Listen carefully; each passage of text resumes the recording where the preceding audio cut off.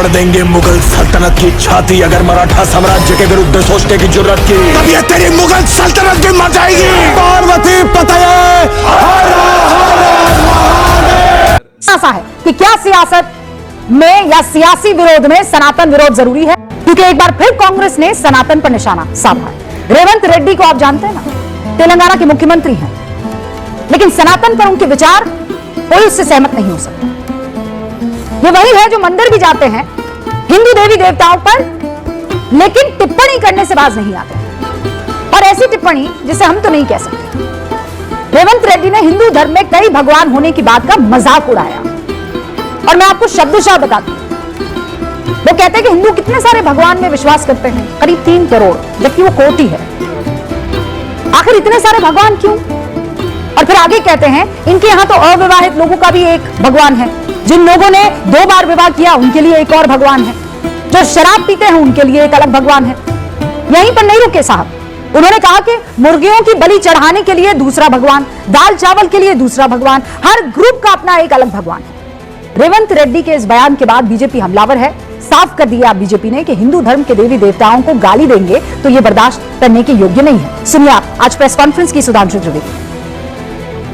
जिस प्रकार से हिंदू देवी देवताओं के बारे में अपमानजनक, अवांछनीय कमेंट किए हैं, उसे किसी भी कीमत पर बर्दाश्त नहीं किया जा सकता। और एक तरफ ये वही मुख्यमंत्री हैं जिन्होंने अभी जुबली हिल के चुनाव में ओपनली बोला था कांग्रेस मतलब मुसलमान, मुसलमान मतलब कांग्रेस। आपको पूरा तहे दिल से मुस्लिम समाज के साथ जाइए, कोई समस्या नहीं है। आप हम सफर, हम प्याला, हम निवाला, हमराज हो जाइए, हमें कोई समस्या नहीं है। मगर हिंदू धर्म के देवी देवताओं को गाली देंगे तो यह बर्दाश्त करने योग्य ये पहला मौका तो नहीं है जब कांग्रेस या उसके सहयोगी दल ने हिंदू देवी देवताओं पर इस तरह की अभद्र टिप्पणी की हो। कांग्रेस में ऐसे नेताओं की फौज है। अभी हाल में कांग्रेस के ही एक और नेता, हिमाचल प्रदेश के मुख्यमंत्री सुखविंदर सिंह सुक्खू ने बच्चों को क्या कहा आप जानते हैं? वो बच्चे अभिवादन में राधे राधे कहते हैं तो सीएम साहब कहते हैं ये कवालिया अंदाज में राधे राधे या नमस्कार। बच्चे दोबारा राधे राधे बोलते हैं। इस पर मुख्यमंत्री उनसे सवाल कर देते, राधे राधे क्यों बोल रहे हो? खुद राहुल गांधी 5 मई 2025 को कहते हैं हमारे पौराणिक पात्र जैसे भगवान राम करुणामय और क्षमाशील थे। मैं बीजेपी की सोच को हिंदुत्व नहीं मानता, मेरे लिए असली हिंदू विचार अलग है, वो सहिष्णु है, प्रेम पूर्ण है। यानी राहुल गांधी के लिए राम सिर्फ पौराणिक पात्र है। उन्होंने जिक्र किया कि राम को पौराणिक पात्र बताते हुए उन्होंने कहा। इससे पहले 23 सितंबर 2023 को राहुल गांधी ने हिंदू विरोधी बयान दिया। उन्होंने कहा कि संसद में चुनकर प्रतिनिधि मंदिर की मूर्तियों की तरह है, सिर्फ दिखावे के लिए, उनके पास कोई शक्ति नहीं।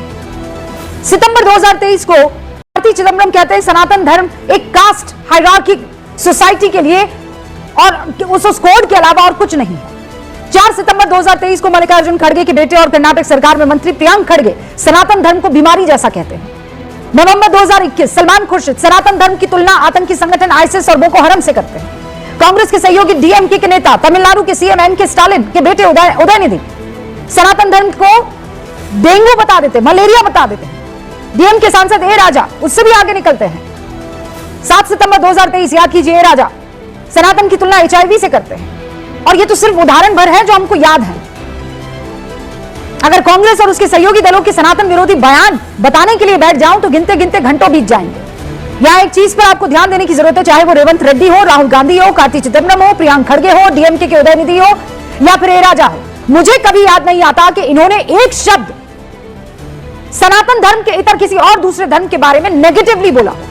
अनाप शनाप बयानबाजी आप छोड़ दीजिए, किसी भी धर्म पर अनर्गल बयानबाजी के मैं सख्त खिलाफ हूं। ये आप सामने टेबल देख रहे हैं, धर्म पर विवादित बयान, अब उस टेबल को देख लीजिए। प्रियांक खड़गे हिंदुओं के खिलाफ हाँ दिया, इस्लाम के खिलाफ बोले नहीं है, सिख के खिलाफ नहीं, ईसाई के खिलाफ नहीं। उदयनिधि नीचे आ जाइए, देख लीजिए टिक आपको सामने दिखाई दे रहे हैं। मैं कह रही हूं ये सारे टिक होने चाहिए, रॉन्ग कि किसी के खिलाफ नहीं दिया। क्या समझ रखा है इन सारे नेताओं ने?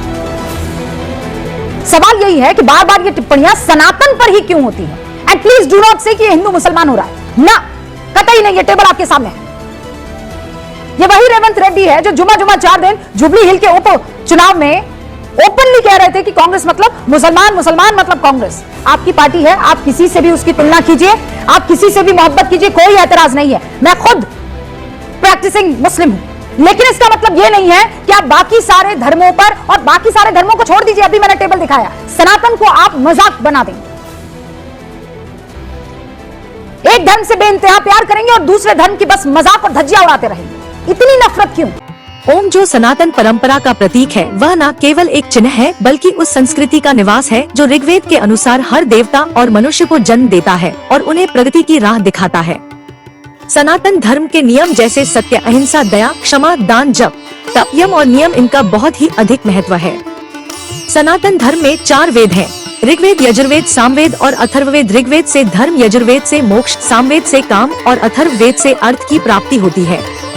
इन वेदों के मूल्यों पर आधारित धर्मशास्त्र, अर्थशास्त्र, कामशास्त्र और मोक्ष शास्त्र का विकास हुआ है। वैदिक और हिंदू धर्म को सनातन धर्म कहा जाता है क्योंकि यह वह विशेष धर्म है जो ईश्वर, आत्मा और मोक्ष का ज्ञान प्राप्त करवाता है। यम, नियम, एकाग्रता, ध्यान, मौन और तप, इन साधना से ही मोक्ष का रास्ता मिलता है। इसके अलावा कोई भी मोक्ष का मार्ग नहीं है। मोक्ष से ही आत्मज्ञान और ईश्वर का ज्ञान होता है और यही सनातन धर्म का सच है। धर्म, अर्थ, काम, मोक्ष, इनमें मोक्ष ही अंतिम लक्ष्य है। जन्म और मृत्यु सिर्फ मिथ्या है। ब्रह्मा और मोक्ष ही सत्य है और मोक्ष से ही ब्रह्मा को प्राप्त किया जा सकता है। जो ब्रह्मा को जानता है उसे ब्रह्मर्षि कहते हैं और जो ब्रह्मा को समझता है वही ब्रह्मलीन होता है। जय श्री राम दोस्तों, जय हिंद, जय भारत। दोस्तों, जैसा कि आप आजकल देख रहे हैं कि सनातन धर्म को लेकर लोग कितनी टिप्पणियां कर रहे हैं। इतनी टिप्पणियां किसी और धर्म को लेकर नहीं की जाती है। दोस्तों इस वीडियो में हम देखेंगे आज कि सनातन धर्म क्या है, सनातन धर्म की उत्पत्ति कहाँ से हुई। दोस्तों, सनातन धर्म की संस्कृति क्या है, सनातन धर्म का इतिहास क्या है, सनातन धर्म कहाँ से शुरू हुआ था और इसकी वर्ण व्यवस्था कैसे चालू हुई। दोस्तों, पहले वर्ण व्यवस्था का भारत में मतलब क्या था? क्या वर्ण का मतलब कलर से था, जो रंग, कलर, गोरा या काला था, या ये जो जातिगत वर्ण व्यवस्था आई है, जो हमारे 4 वर्ण बोले गए हैं, जिसमें हमारा ब्राह्मण, क्षत्रिय, वैश्य और शूद्र है। दोस्तों, तो ये वर्ण व्यवस्था कहाँ से चालू हुई, जातिगत वर्ण व्यवस्था कहाँ से शुरू हुई? इस वीडियो में आपको इन सब चीजों के प्रश्न के उत्तर मिल जाएंगे। दोस्तों, सनातन धर्म ने इन सब चुनौतियों के सामने कैसे किया दोस्तों, वो भी इसमें मैं आपको बताऊंगा। सनातन धर्म में तुर्क मुगल शासन में जो लोग आए थे, इन्होंने क्या किया, हमारी संस्कृति को नुकसान पहुंचाने का पूरा प्रयास किया। दोस्तों, उस चुनौती का सामना सनातन धर्म ने किस प्रकार से किया, वो भी मैं आपको बताऊंगा। दोस्तों, सनातन धर्म क्या है? सिर्फ भारत ही नहीं बल्कि भारत से बाहर भी बहुत सारे लोगों में कुछ चीजों को स्थापित करने की बेचैनी धीरे धीरे घर करती जा रही है। दूसरे धर्मों के आगे निकल जाने की भावना पैदा हो रही है। इस कोशिश में वह पूरे शाश्वत व सनातन ज्ञान को महज एक पवित्र किताब या ग्रंथ तक सीमित करने की कोशिश कर रहे हैं और अपेक्षा कर रहे हैं कि सभी इसका अनुसरण करें। हिंदू शब्द का पहली बार इस्तेमाल जब तुर्क और ईरानी भारत आए तो उन्होंने सिंधु घाटी से प्रवेश किया। सिंधु एक संस्कृत नाम है। उनकी भाषा में स शब्द न होने के कारण वो सिंधु का उच्चारण नहीं कर पाए, इसलिए उन्होंने सिंधु शब्द को हिंदू कहना शुरू किया। सनातन धर्म की लचीली प्रकृति को समझना। हाल ही में दक्षिण भारत के एक प्रमुख नेता द्वारा सनातन धर्म पर की गई टिप्पणी ने एक बड़ा विवाद खड़ा कर दिया, जिसमें धर्म की तुलना एक ऐसी बीमारी से की गई जिसे खत्म करने की आवश्यकता है। इस विवाद के शोरगुल में यह समझने का अवसर कहीं खो गया कि सनातन धर्म वास्तव में क्या है और इसका इतिहास कैसा रहा है। यह दस्तावेज केवल तथ्यों की सूची नहीं है, बल्कि सनातन धर्म के इतिहास को चुनौतियों और प्रतिक्रियाओं की एक कहानी के रूप में प्रस्तुत करता है। यह इसकी अनुकूलन क्षमता और लचीलेपन को उजागर करता है और यह समझने में मदद करता है कि यह धर्म इतने लंबे समय तक सनातन, शाश्वत कैसे बना रहा। सनातन धर्म हिंदू धर्म का ही एक नाम है। इसे वैदिक धर्म भी कहा जाता है। सनातन शब्द का मतलब है शाश्वत या सदा बना रहने वाला। सनातन धर्म को दुनिया के सबसे पुराने धर्मों में गिना जाता है। सनातन धर्म भारतीय उपमहाद्वीप से उत्पन्न हुआ एक धर्म है, जिसका अर्थ है शाश्वत या सदा बना रहने वाला, अर्थात जिसका न आदि है न अंत। यद्यपि आज सनातन का पर्याय हिंदू है, पर सिख, बौद्ध, जैन धर्मावलंबी भी सनातन धर्म का हिस्सा हैं, क्योंकि बुद्ध भी अपने को सनातनी कहते हैं। यहाँ तक कि नास्तिक, जो कि चारवाक दर्शन को मानते हैं, वह भी सनातनी है। सनातन धर्मी के लिए किसी विशिष्ट पद्धति, कर्मकांड, वेशभूषा को मानना जरूरी नहीं, बस वह सनातन धर्मी परिवार में जन्मा हो। वेदांत, मीमांसा, चारवाक, जैन, बौद्ध, आदि किसी भी दर्शन को मानता हो बस उसके सनातनी होने के लिए पर्याप्त है। तो सनातन का अर्थ क्या है ये आज मैं आपको इस वीडियो में बताने वाली हूँ। लेकिन उससे पहले अगर चैनल को सब्सक्राइब नहीं किया तो जल्दी से सब्सक्राइब करें। सनातन धर्म के मुताबिक मोक्ष से ही आत्मज्ञान और ईश्वर का ज्ञान होता है। सनातन का शाब्दिक अर्थ है शाश्वत या सदा बना रहने वाला, यानी जिसका न आदि है न अंत। सनातन धर्म के इतिहास और विकास का एक विस्तृत अवलोकन प्रदान करता है, जिसकी शुरुआत एक समकालीन राजनीतिक विवाद से होती है, जिसमें एक दक्षिण भारतीय नेता ने इस धर्म पर नकारात्मक टिप्पणी की थी। व्याख्यान तब सनातन धर्म के प्राचीन मूल पर केंद्रित होता है, यह समझाते हुए कि यह वैदिक धर्म से कैसे जुड़ा है और ऋग्वेद की रचना की प्राचीन समय सीमा की चर्चा करता है। यह वर्ण व्यवस्था की अवधारणा पर गहराई से चर्चा करती है, बताती है कि कैसे शुरुआत में यह जन्म के बजाय व्यवसाय पर आधारित थी, लेकिन बाद में वैदिक काल में जन्म पर आधारित पदानुक्रम में बदल गई।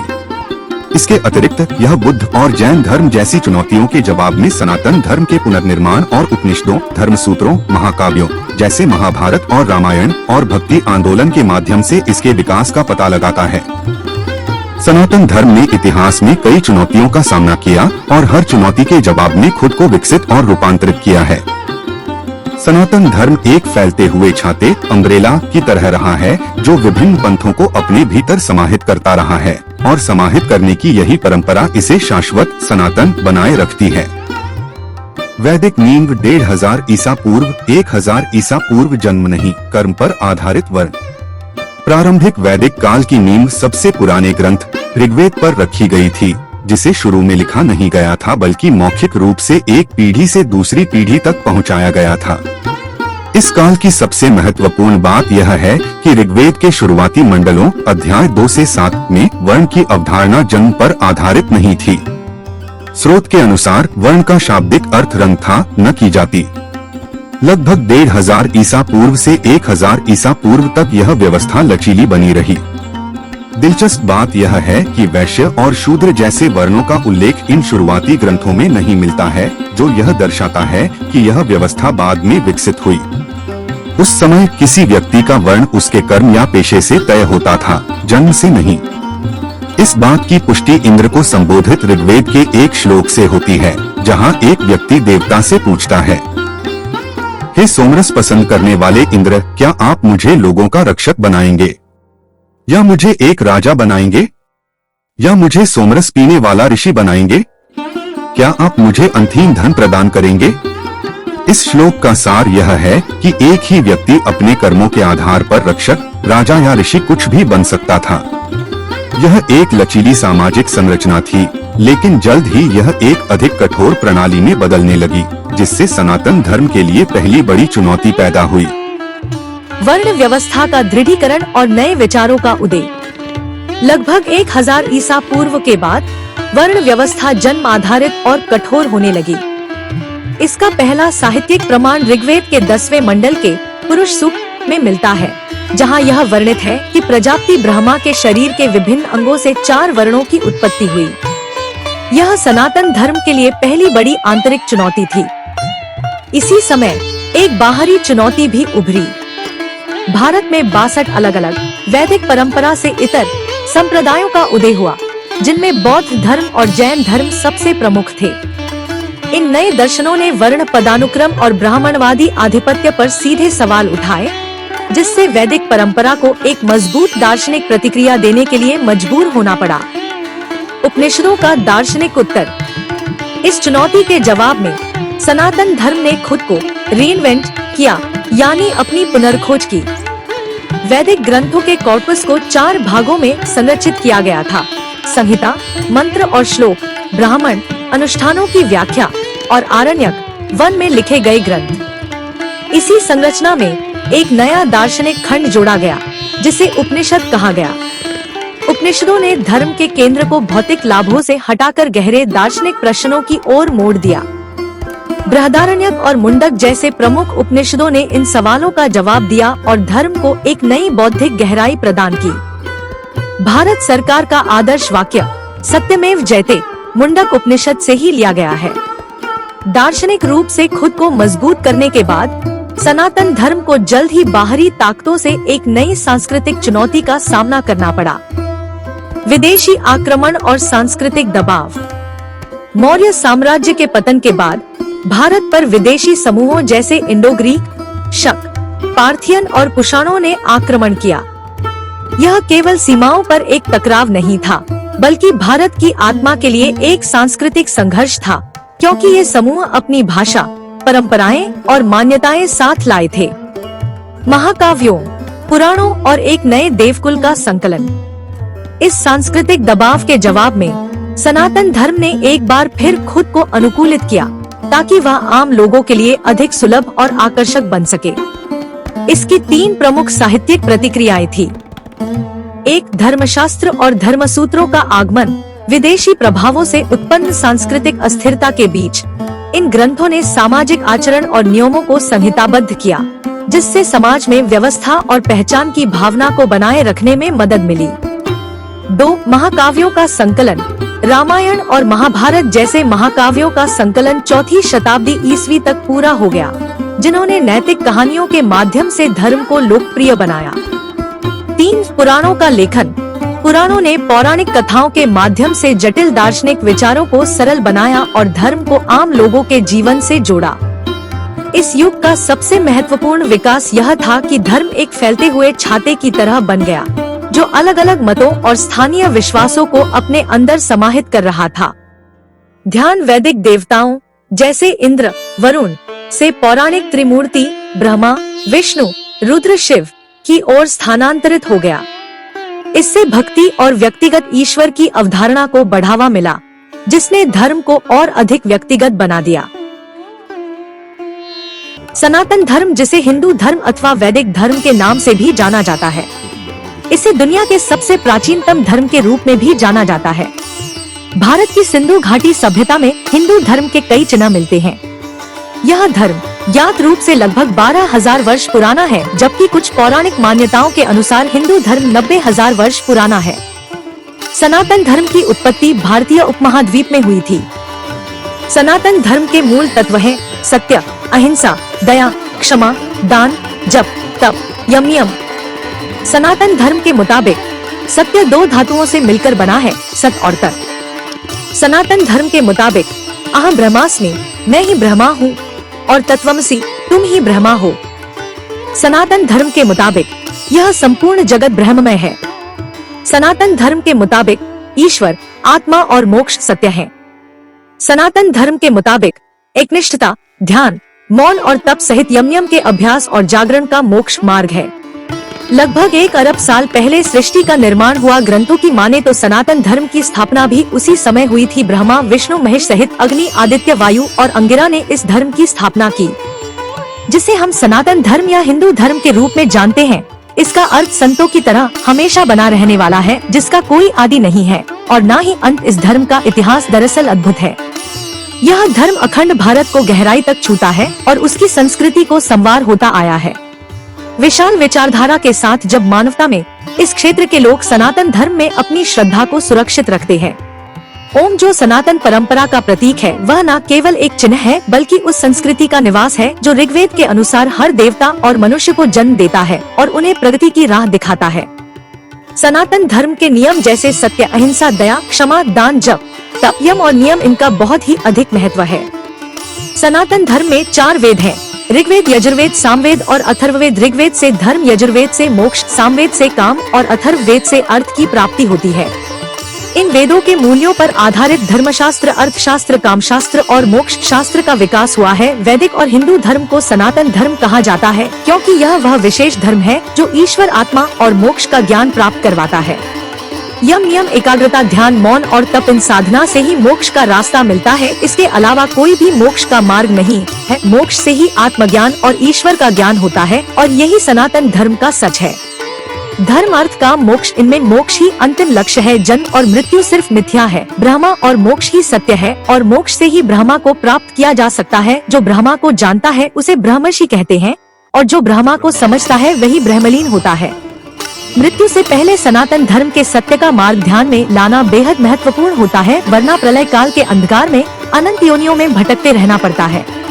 यह था सनातन परिचय। हमारी इस धार्मिक और प्राचीन यात्रा के साथ जुड़ने के लिए धन्यवाद।